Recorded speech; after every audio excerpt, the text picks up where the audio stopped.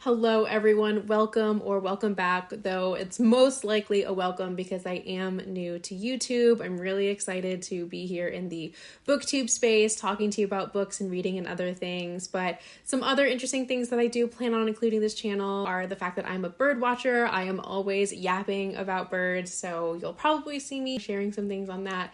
And then also I live in a tiny house, and so my life here in the tiny house will probably feature heavily in future videos. My house is 397 square feet. She's real small, but I totally love living here, and I really am excited to be spending time with you, that you've chosen to be here, and that, maybe we have some fun things that we can share and have in common. But anyways, this video is all about the books that I read in April. In fact, I read 9 books in the month of April. Some were really amazing and some were kind of in the zone, but I want to talk about those today. So let's just go ahead and start talking about them. Something that I started doing last month was planning out my TBR using a random wheel picker. So I put in all of the books that I want to read, and then it kind of selects the order in which I'm going to read it in. I mostly followed that this month. I did have a couple of things that came up that were slightly unexpected that I will talk about. But that was it's kind of a good guide. I tell myself I don't have to follow it, but it's just a good guide to kind of keep me going. So I don't sit around and think, oh, what do I want to read? I don't know. What am I in the mood for? Because it's already been decided for me. So the first book that I read in April is Legendborn by Tracy Deonn.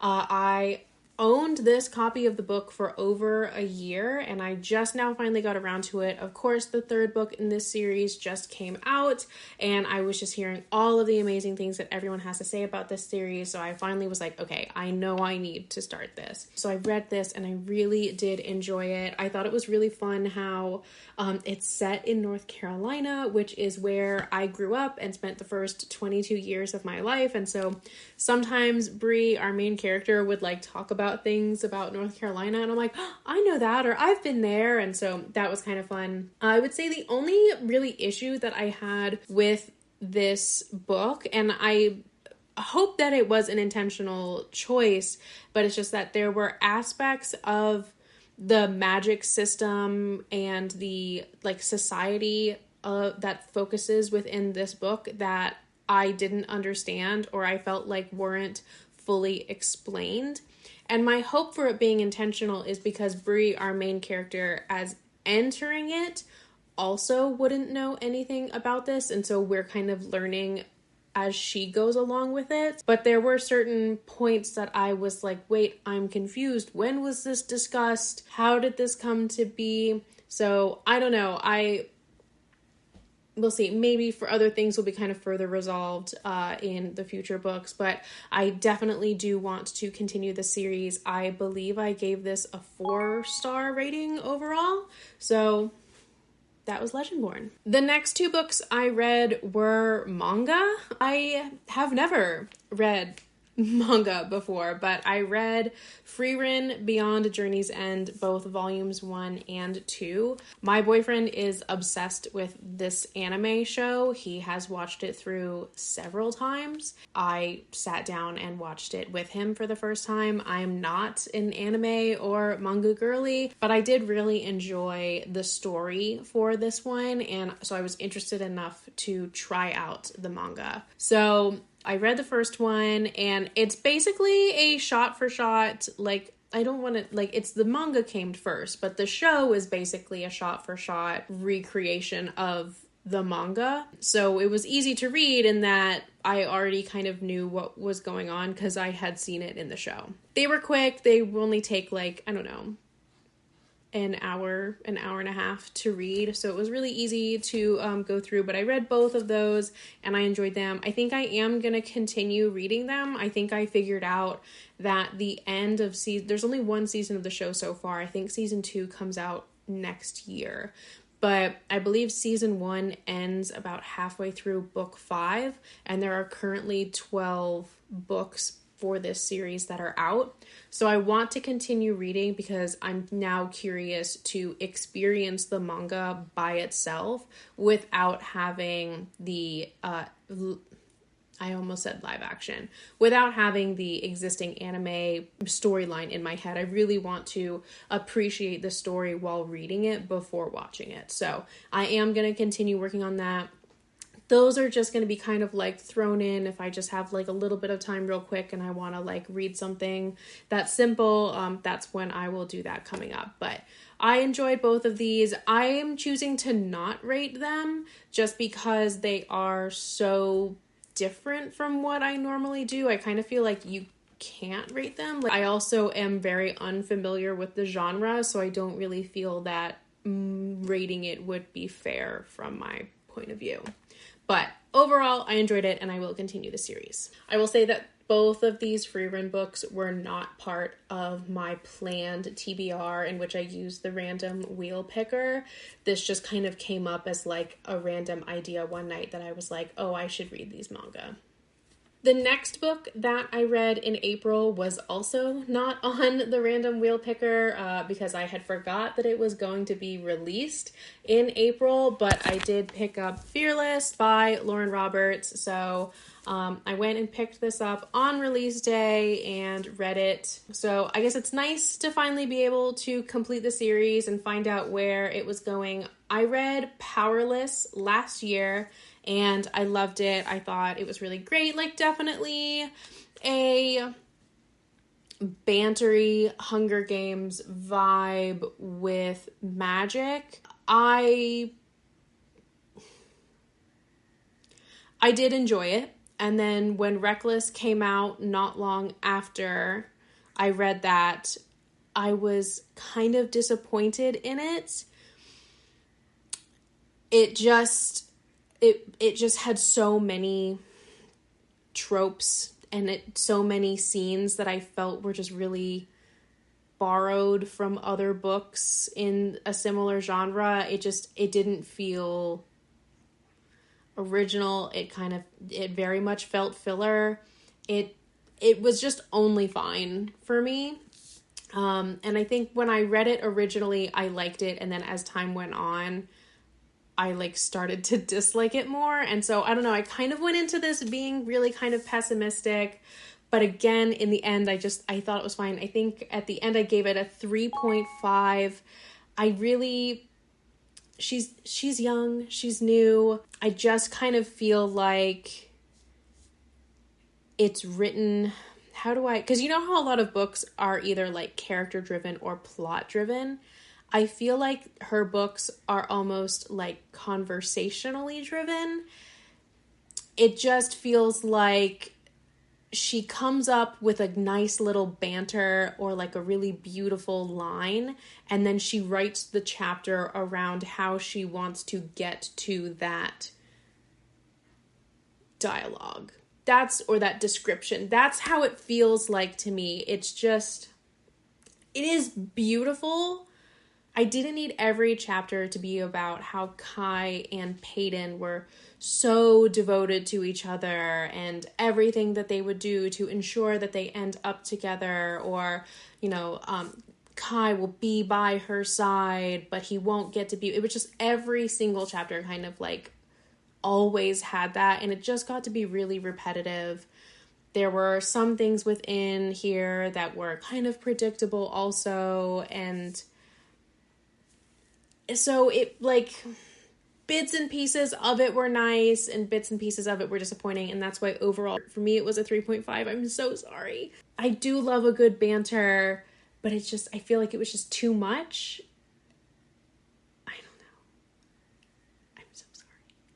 But anyways, that was the fourth book I read this month. Okay, so the next book I read was on my list for April, and in fact, it was supposed to be the second book on my list, and I did technically start it right after finishing Legendborn, but then I kind of started mixing and reading other things and finishing others before I found this one. And that is A Winter's Promise by Chris L. Dabos. This is the first book in the Mirror Visitors series. I believe there's 4 books in this series? This is a book series that every time I'm at a used bookstore, and I shop used bookstores more than I shop new bookstores, but I would constantly see books from this series at the stores. I would always pass on them. They always sounded interesting, but I never bought them. So finally I just decided I'm gonna just buy them. I'm gonna see them and I'm gonna buy them. So I bought book 3 and I was like, all right, as I see them, I'm gonna buy them. And then wouldn't you know it, I immediately stopped seeing them.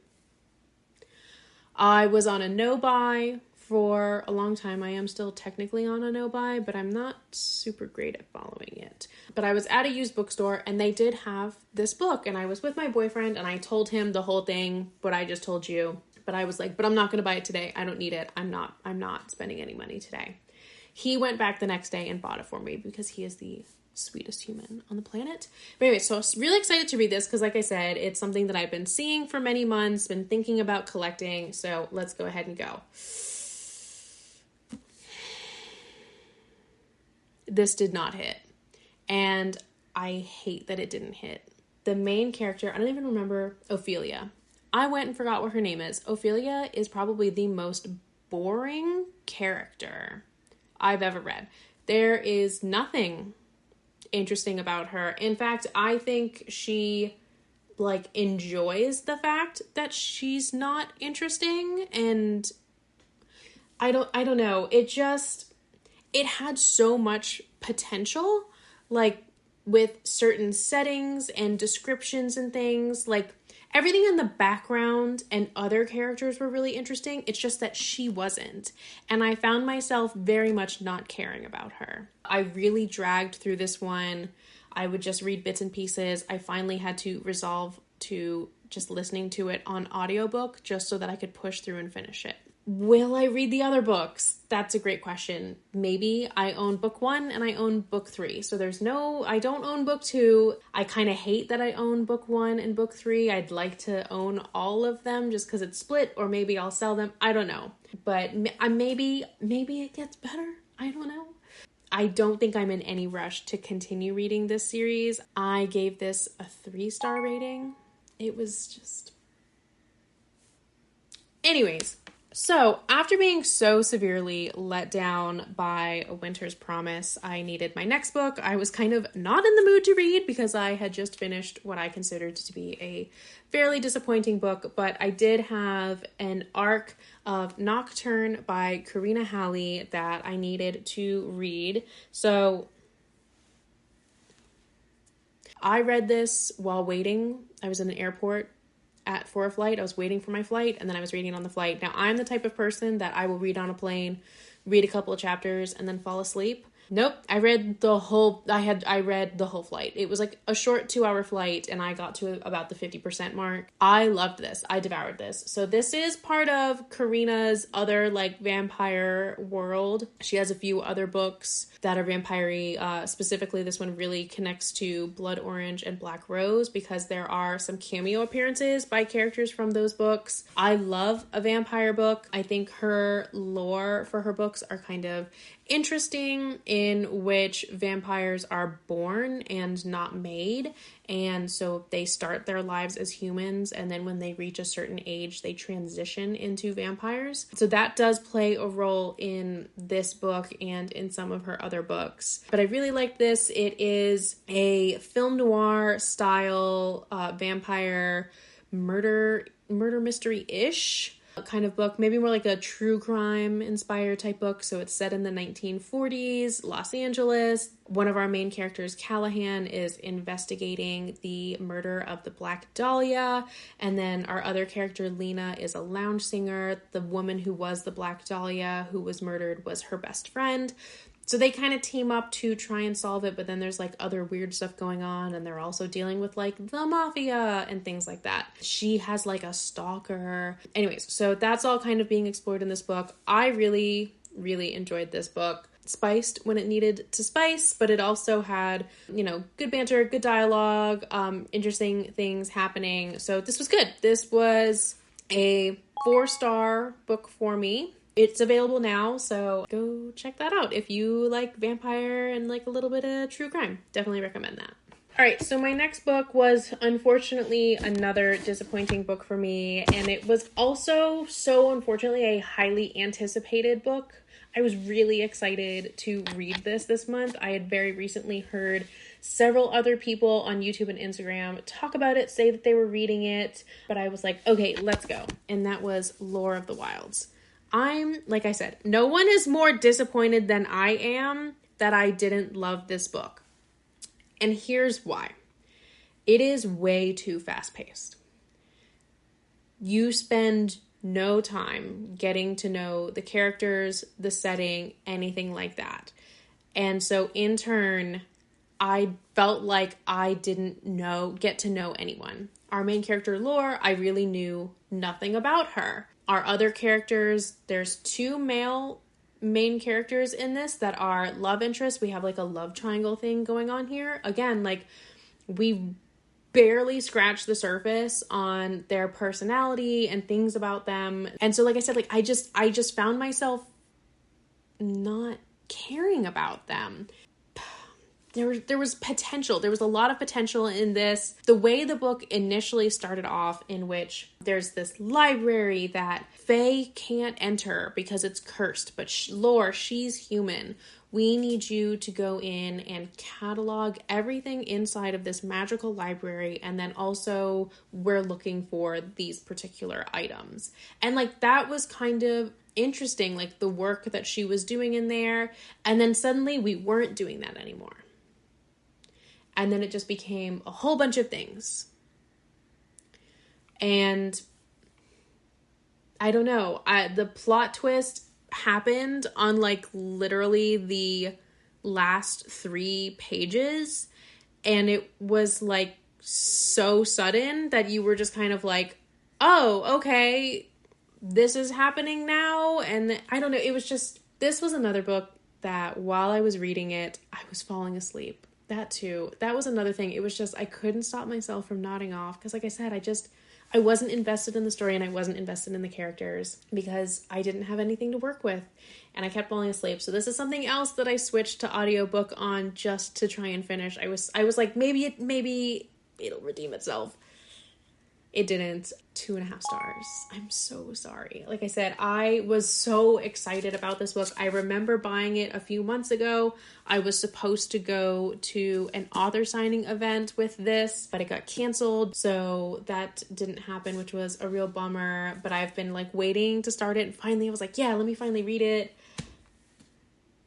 I don't know. The next book's coming out real soon and I don't know if I'm going to read it. I'm so sorry.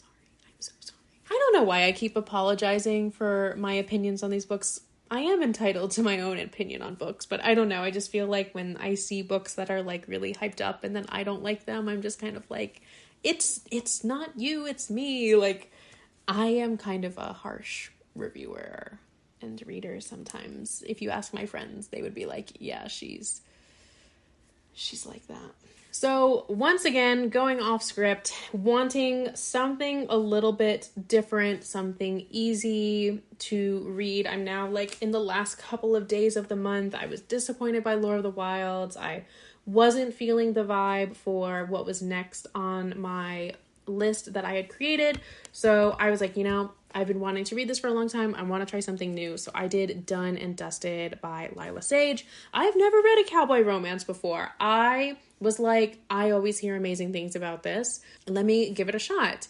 It worked for me solely because it wasn't as cowboy-y as I thought it was going to be. The covers are very deceiving. The cover design really makes it look like it's set in like the old west and there's like covered wagons and like saloons and things like that, but no, it's like in modern day. Like they have phones and they listen to music and things like that.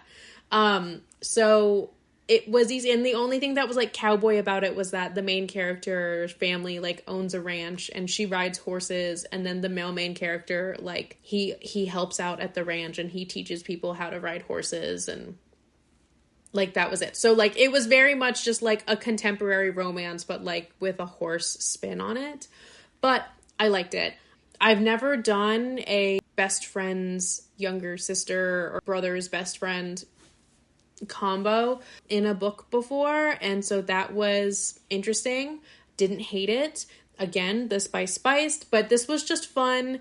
The characters I felt were relatable. The female main character was recently diagnosed with ADHD, and she also experienced an injury while horse riding that kind of like traumatized her a little bit and kind of made her a little, she's like a champion horse racer, but it just kind of made her scared to get back into the saddle. And so she's kind of just like working through that to get back into the saddle. I thought it was really interesting as someone who has, I have inattentive type, but as someone who has like a form of ADHD, like it's just kind of like nice to read about it and then have them like discuss it in the book.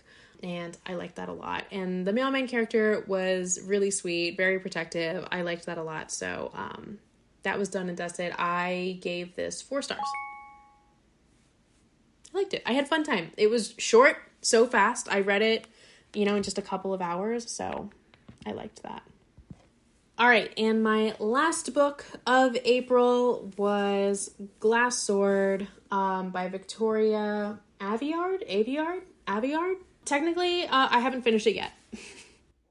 I am like 85% through the book. I have 73, 60, 67. I have 67 pages left in the book, so I will finish it tonight. It's like 10 o'clock now, but I will be finishing it.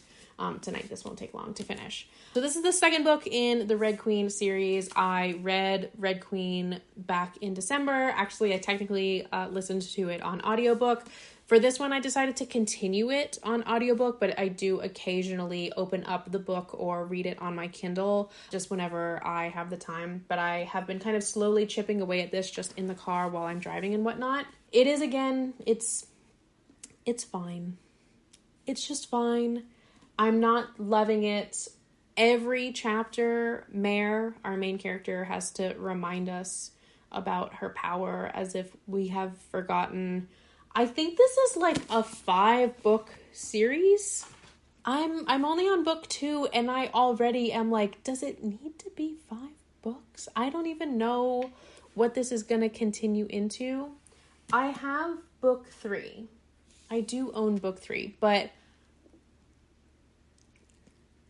I don't know. Will I continue it? Again, I'm only 85% through, but I think I'm probably going to give this 3 stars. It just on vibes alone, because it's like, I don't care about these characters. I don't know. And some people had told me such really great things about this series, that they loved them. I believe this was her first series that she had published. So Victoria was younger. I own the Realmbreaker books. Now, I've heard those are amazing, and she's published them later. So I'm kind of hoping that by the time I get to those, her writing has improved. This could be something that as the series goes, it gets better. We'll see. But again, I'm so sorry, because I know this is a popular series. All right, so those were the 9 books that I read in April. Overall, an okay month. Not the best, but I have had much worse reading months. In my next video, I will be once again using the random wheel picker to select my May TBR. I'm excited about that. I am going to be including additional books to the wheel spinner that are guaranteed I have to read these books based on new releases that I'm very excited about, and book club. And I'm also going to be adding in some nonfiction books. I've made it one of my goals this year to read more nonfiction books, specifically books about birds. So I'm going to be sort of doing this as a read one chapter of a nonfiction book every day sort of challenge to see maybe I can build a nonfiction reading habit.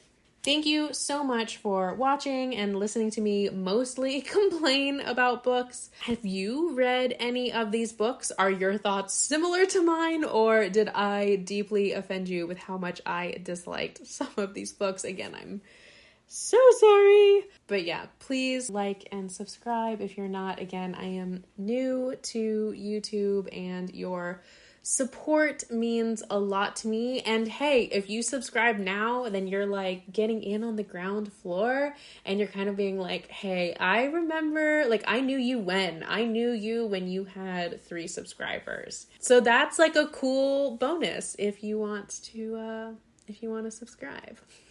Thanks again so much for watching, and I'll see you in the next video. Bye!